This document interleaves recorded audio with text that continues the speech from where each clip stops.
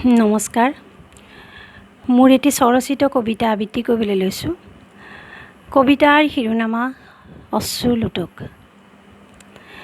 ৰাতি বিচনাত গাৰুত মূৰ থৈ হাতযোৰ কৰি ভগৱানৰ নাম লওঁতে সদায়েই তোমালোকৰ মংগল কামনা কৰোঁ। তোমালোক ভালে কুশলে থাকা। যেতিয়া ভাত সাজ খাবলৈ বুলি ডাইনিঙত বহোঁ, তেতিয়া তোমালোকলৈ মনত পৰে, কি বা খাইছা। তোমালোকৰ প্ৰতিছবিয়ে বাৰে বাৰে আমনি কৰে।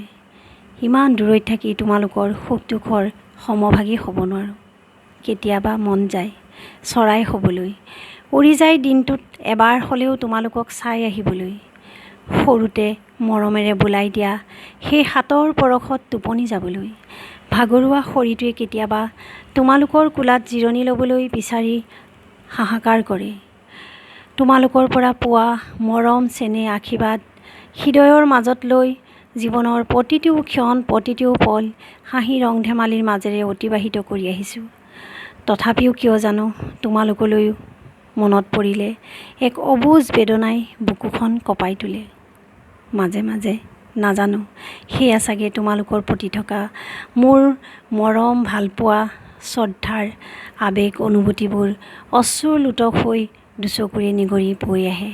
ধন্যবাদ।